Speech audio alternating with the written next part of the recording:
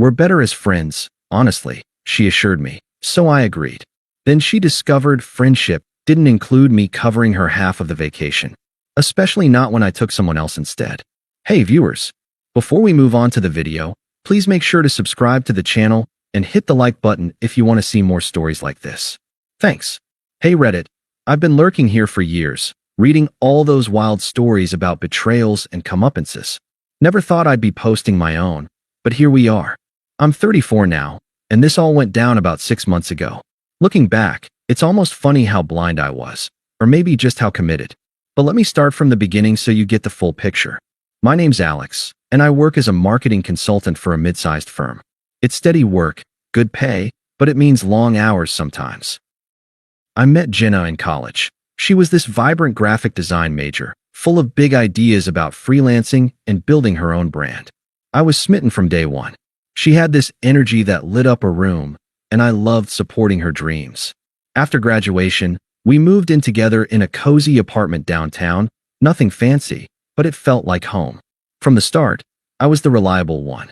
Jenna's freelance gigs were hit or miss. Some months she'd land a big client. Others she'd be scraping by with side jobs like waitressing or odd design tasks. I didn't mind picking up the slack.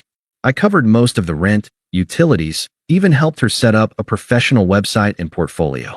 I'd work overtime to make sure she could attend those networking events or buy the software she needed. We're a team, I'd tell her. Your success is our success. One flashback that sticks with me. About 2 years in, she hit a rough patch. Lost a major client, bills piling up.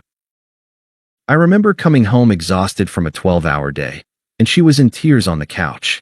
I hugged her, said we'd figure it out. That night, I transferred money from my savings to cover her share of rent without her asking. She promised it'd be temporary, and yeah, things picked up for her eventually. But looking back, that set a pattern, me giving, her taking it for granted. We talked about the future a lot. Marriage, kids, all that. I wasn't rushing, but I was all in. Last year, she started hinting about needing a break from the grind. Let's plan something epic, she said. So, I surprised her with tickets for a 2-week vacation to this beautiful beach resort abroad. White sands, crystal water, the works. It was our dream trip, something we'd fantasized about since college. I put down the non-refundable deposit, about $2,000 from my savings, figuring she'd chip in her half later once her next paycheck came in. She was over the moon, posting about it on social media with heart emojis and tags like #couplegoals. Can't wait to make memories with my favorite person, she wrote. But things started shifting around then. She'd come home late from work drinks, her phone buzzing more than usual. I'd notice her scrolling through messages with a secretive smile, but I chalked it up to client stuff. Then came the subtle digs. On social media, she'd repost memes about needing more adventure in life or outgrowing routines. One night, over dinner, she casually mentioned her coworker, this guy named Mark, a musician on the side, apparently. He's so spontaneous, she'd say, laughing. Always planning these wild outings. I felt a twinge, but brushed it off. I trusted her. Why wouldn't I? I'd never given her a reason not to be happy. The confusion built slowly. I'd plan date nights, picnics, movie marathons, and she'd bail last minute for inspiration sessions with friends. Sex tapered off. She'd say she was tired or stressed. I started questioning myself. Was I too predictable? Too focused on stability? I even suggested we spice things up, like a weekend getaway, but she'd wave it off. We're fine, Alex. Don't overthink. But I was overthinking, lying awake at night wondering where the girl I fell for had gone. It felt unfair. I'd sacrificed promotions that required travel just to stay close for her career. I'd given up hobbies to free up time for us. And now, this emotional distance? It hurt, but I didn't confront her. I wanted to believe it was a phase. Little did I know it wasn't. The bomb dropped one evening in our living room, and it changed everything. It was a Tuesday night, nothing special. I'd gotten home early, picked up her favorite takeout, Thai food from that spot down the block. I set the table, lit a candle, thinking maybe we could reconnect. Jenna walked in around 8, looking distracted, phone in hand. She barely glanced at the setup. Hey, I said, smiling. Thought we could have a nice dinner. How was your day? She sighed, dropping her bag on the couch. Alex, we need to talk. My stomach dropped. Those words never lead anywhere good. I nodded, sitting down. Okay, what's up? She paced a bit, avoiding my eyes at first. Then she stopped, crossed her arms, and just let it rip. Look, I've been thinking a lot lately. About us. I love you, but I think we're better as friends. Honestly, I blinked, the words not fully registering. Friends? What do you mean? She sat across from me, her tone shifting to this weird mix of pity and confidence. Come on, Alex. We've been together forever. You're great, reliable, sweet. But lately, I feel like we've grown apart. I'm craving more excitement, you know? Someone who pushes me out of my comfort zone. I felt a chill. Is there someone else? She hesitated, then nodded, like it was no big deal. Yeah, Mark, from work. We've been hanging out. It's nothing serious yet, but he gets me. He's spontaneous, always planning these adventures. With you, it's just routine. Work, home, repeat. I need more than that. Routine? I just booked that vacation to shake things up, but I kept my voice steady. So you've been cheating? She rolled her eyes, like I was being dramatic. It's not cheating if we're basically roommates at this point. We haven't even been intimate in weeks. And don't act surprised, I've been hinting for months. Those posts about needing adventure? That was me trying to tell you. I stared at her, the takeout growing cold. Hinting? Instead of talking to me directly. Whatever, Alex. You're always so logical. That's part of the problem. No passion, no spark. Mark makes me feel alive. He took me to this underground concert last weekend, and it was incredible. You would have hated it. Too loud, too unpredictable. She laughed then, a smug little chuckle that cut deep. Remember when I suggested we try something new, like skydiving? You said it was too risky. That's you, always playing it safe. I deserve someone who matches my energy. I leaned back, processing. The betrayal stung, but her twisting it like this? Blaming me for her choices? So what now? You want to end it? Yeah, she said, shrugging. But we can stay friends, right? I mean, we've got history. It doesn't have to be messy. We can still hang out, grab coffee sometimes. And hey, about the vacation, we could go as friends? It'd be awkward to cancel, and you already paid the deposit.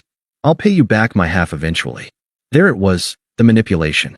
She dumps me, admits to cheating, and in the same breath, assumes I'll still foot the bill for her fun. Her logic was so entitled, like our friendship entitled her to my wallet. I took a deep breath, keeping calm. No yelling, no begging. If that's how you feel, okay. She blinked, caught off guard. Okay, that's it. What do you want me to say, Jenna? You made your choice. She smirked, standing up. See? Even now, no fight. No emotion. That's why this won't work. Mark would have argued. Shoni cares. I stood too, grabbing my keys. I care. But I'm not going to beg you to stay. As I headed to the bedroom to pack an overnight bag, she called after me. You're really leaving? Just like that. Yeah, I said over my shoulder. Friends don't live together, right? She huffed. Fine. But don't make this weird with our friends. Tell them it was mutual. I didn't respond. I threw some clothes in a duffel, grabbed my laptop, and walked out the door without another word. She watched from the hallway, arms crossed, looking almost disappointed I didn't make a scene. I drove to a buddy's place, crashed on his couch, and that was it. No dramatic exit, just quiet detachment. That night, lying there, the unfairness hit hard. 5 years. All those sacrifices, and she discards me like yesterday's news, with a side of smug justifications. But I didn't text her. Didn't call. I just let go. That first night at my buddy Mike's place was rough. I didn't sleep much, just stared at the ceiling, replaying her words. Better as friends. No spark. It felt like a gut punch, especially after everything I'd poured into us. I kept flashing back to little moments that now seemed so one-sided. Like the time she wanted to quit her side job to focus on freelancing full-time. I encouraged her, even dipped into my emergency fund to cover groceries and bills for a couple months. We'll make it work, I'd said. She hugged me tight then, called me her rock. Now, I was just routine. The confusion lingered for days. Why cheat instead of talking? Why twist it to make me the villain? It was unfair, plain and simple. I'd never been the jealous type, never controlled her. Hell, I trusted her enough to book that vacation without a second thought. And her assuming we'd still go as friends? That entitlement burned. But I didn't lash out. No angry texts. No showing up at the apartment demanding answers. I just detached. Mike was a lifesaver. Dude, she's showing her true colors. He said over beers that weekend. You deserve better. He let me crash as long as I needed. No questions. I took a few days off work to clear my head, went for long runs, hit the gym harder than usual. It helped channel the hurt into something productive. I started journaling too, jotting down all the red flags I'd ignored. Her late nights, the way she'd compare me to others subtly, like, Mark's band played this cool gig. Wish we did stuff like that. Hindsight's brutal. Practically, I handled the logistics with quiet efficiency. I emailed our landlord about breaking the lease early, citing personal reasons. Transferred utilities out of my name. The joint bank account? I withdrew my half and closed it. No drama, just a clean cut. And the vacation? Well, the deposit was non-refundable, but the balance wasn't due yet. Jenna had never paid her share, always saying, next paycheck. I didn't remind her. Why should I? Friends don't expect handouts. A week in, I unblocked her on one app, just in case of emergencies with shared stuff. But mostly, radio silence from my end. I focused on me. Picked up old hobbies, photography, reading those sci-fi novels I'd shelved. Even went on a solo hike one weekend, something I'd always wanted but put off for her. Up on that trail, breathing fresh air, the fog started lifting. I wasn't broken, I was free. The silence wasn't weakness, it was strength. I realized I'd been carrying the relationship alone for too long. Her betrayal? It stung, but it also clarified things. I deserved someone who saw my stability as a strength, not a flaw. Work picked up too. I threw myself into a big project, and my boss noticed. Alex, you're on fire lately, she said in a meeting. It felt good, validation from effort, not from begging for affection. I even started casually dating, nothing serious. Met a woman named Laura at a networking event, smart, kind, appreciated my dry humor. We grabbed coffee a couple times, no pressure. It was refreshing, like rediscovering parts of myself Jenna had dimmed. The unfairness still echoed sometimes, late at night. 5 years gone. But I didn't dwell. I let the silence do the talking. And soon enough, karma started whispering back. It took about a month for the cracks to show on her end. I'd heard bits through mutual friends. Nothing I sought out, just casual updates. Apparently, things with Mark fizzled fast. He was spontaneous. All right, spontaneously ghosted her after a few weeks of fun. Turned out he was seeing other women, the classic player type. Jenna had quit her waitressing gig impulsively to travel with him, or something, leaving her freelance income as her only lifeline. But clients dried up when she started posting dramatic stuff online, vague rants about fake people, and moving on. Friends pulled away. No one likes mess. The first outreach came via text, about 5 weeks post-breakup. I was at the gym when my phone buzzed. Hey Alex, how've you been? Missed chatting. We should grab coffee as friends sometime. Oh, and about the vacation, deposits down, right? I can Venmo my half soon.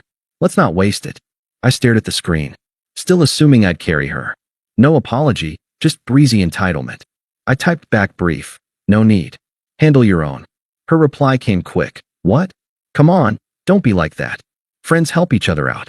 It's not like I can afford to lose that money right now. I didn't respond. Blocked the number for good measure. A couple days later, the call started from her mom, of all people. Jenna's family was always pushy, the type to meddle. Her mom, Karen, yeah, fitting, left a voicemail. Alex, this is Karen. Jenna told me what happened. You two were so good together. Why throw it away over a little mistake? She's going through a tough time. Be the bigger person and talk to her. Family sticks together, even as friends. I deleted it without calling back. But then her best friend, Tina, toxic as hell, always enabling Jenna's drama, texted, Dude, you're being cold. Jenna's hurting. She didn't mean to cheat. It just happened. At least hear her out about the trip. She needs a break. Hurting? After her smug breakup speech? I replied, Not my problem. Blocked. The desperation ramped up. Jenna must have gotten a new number because a week later, she called while I was at work. I let it go to voicemail at first, but curiosity won. Listen later. Alex, it's me. Okay, fine, you win. I was wrong. Mark was a jerk. He used me and bailed. I'm sorry for how I ended things. Can we talk? I miss you. Miss us. And the vacation. I really need it right now. Things are rough. Freelance isn't paying, and I'm behind on rent. As friends, maybe you could spot me? I'll pay back, promise. Her voice cracked a bit, but it felt manipulative. Still no real accountability. I didn't call back. Then she showed up. At my office, no less. Must have remembered the address from old visits.